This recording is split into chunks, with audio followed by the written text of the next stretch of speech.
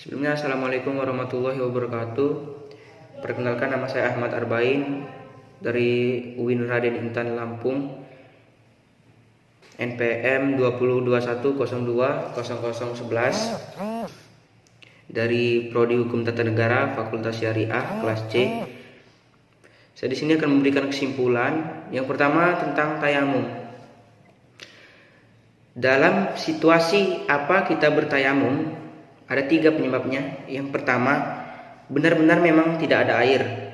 Dan yang kedua, kita sudah berusaha mencari air tetapi tidak ditemukan. Dan yang ketiga, sakit yang benar-benar tidak bisa menyentuh air. Jika kita menyentuh air, maka dia akan bertambah parah. Jadi 3 tersebut adalah penyebab mengapa kita harus bertayamum. Seterusnya, ada hewan yang membutuhkan air. Dalam kondisi seperti ini, kita lebih utamakan hewan tersebut agar ia bisa hidup. Yang menjadi catatan tersebut ialah tidak ada air setelah diberikannya kepada hewan tersebut. Jadi di sini kita bisa bertayamum. Di sini terkadang Allah menguji kita tidak dengan harta, kepintaran, jabatan, tetapi dengan bagaimana sifat kita terhadap makhluk lainnya seperti hewan gitu. Nah, untuk itu kita harus berlomba-lomba untuk mengejar kebajikan demi mendapatkan ridho Allah Subhanahu wa taala. Di sini ada 10 daripada syarat-syarat bertayamum. Yang pertama itu bertayamum dengan tanah. Yang kedua itu menggunakan tanah yang suci, tidak terkena najis. Yang ketiga tidak pernah dipakai sebelum bertayamum yang fardu, sebelumnya itu belum pernah dipakai. Dan yang keempat, murni dari campuran yang lain seperti tepung dan bahan-bahan yang lain. Yang kelima, mengkosot atau berniat bahwa sapuan dengan tanah tersebut untuk dijadikan tayamum. Dan yang keenam, masuk sholat fardu. Dan yang ketujuh, bertayamum tiap kali sholat fardu tiba.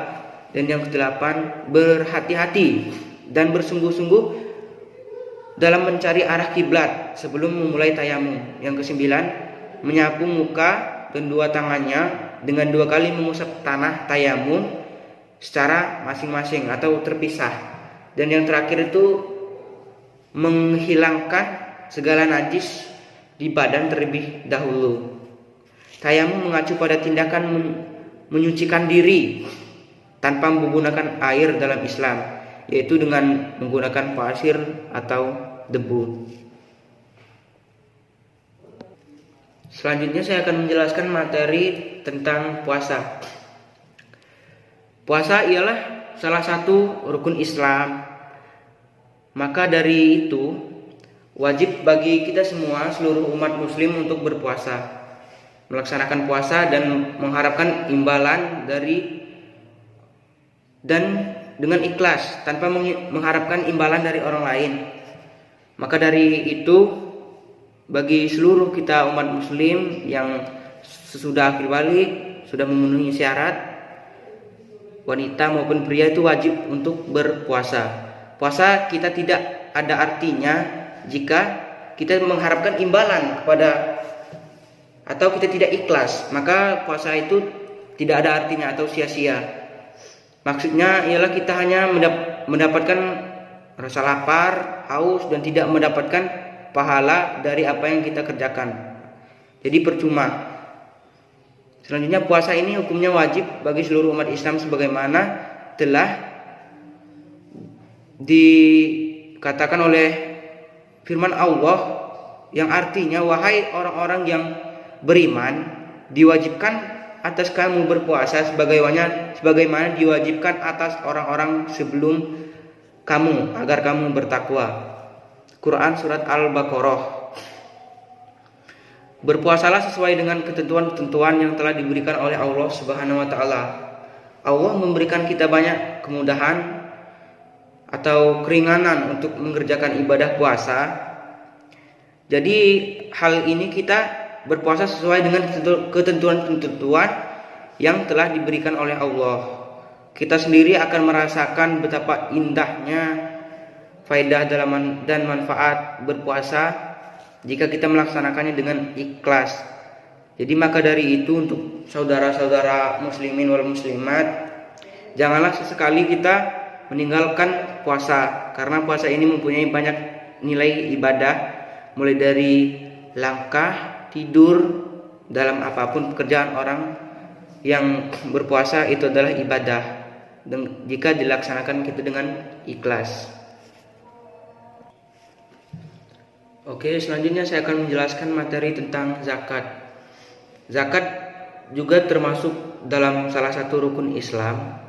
Zakat secara bahasa berarti tumbuh dan bertambah, dan menurut syariat berarti sedekah dengan mengeluarkan harta, sebab dengan mengeluarkan zakat maka pelakunya akan tumbuh mendapatkan kedudukan dan menjadi orang yang suci serta disucikan. Maka pelakunya akan tumbuh mendapat kedudukan tinggi di sisi Allah dan menjadi suci dan disucikan. Nah, juga bisa berarti berkah, bersih, suci, subur, dan berkembang maju. Nah, macam-macam zakat secara garis besar ada dua macam, yaitu zakat fitrah dan zakat mal. Mengenai zakat mal sendiri menurut bahasa berarti harta. Mal itu menurut bahasa jadi harta. Jadi zakat mal yaitu zakat yang harus dikeluarkan setiap umat muslim yang telah memenuhi syarat haul dan nishabnya. Sedangkan zakat fitrah di sini berarti juga zakat fitrah yang berarti zakat badan atau tubuh kita. Nah, setiap menjelang Idul Fitri, orang Islam diwajibkan membayarkan zakat fitrah sebanyak 3 liter dari jenis makanan yang dikonsumsi sehari-hari. Harta-harta yang wajib dizakati diantaranya ialah emas dan perak, terus hasil tambang dan tanaman jahiliyah, penemuan benda-benda terpendam atau rikas, terus barang dagangan, terus makanan pokok dan buah-buahan. Itu diantaranya yang bisa wajib kita dizakati. Terus ada lagi binatang ternak dan perusahaan dan penghasilan. Sedangkan para mustahik zakat yaitu fukara, masakin, amilin, mu'alaf, riqab, ghorimin, sabilillah, dan ibnu sabil. Humus itu dibahas secara khusus oleh mazhab Imamiyah.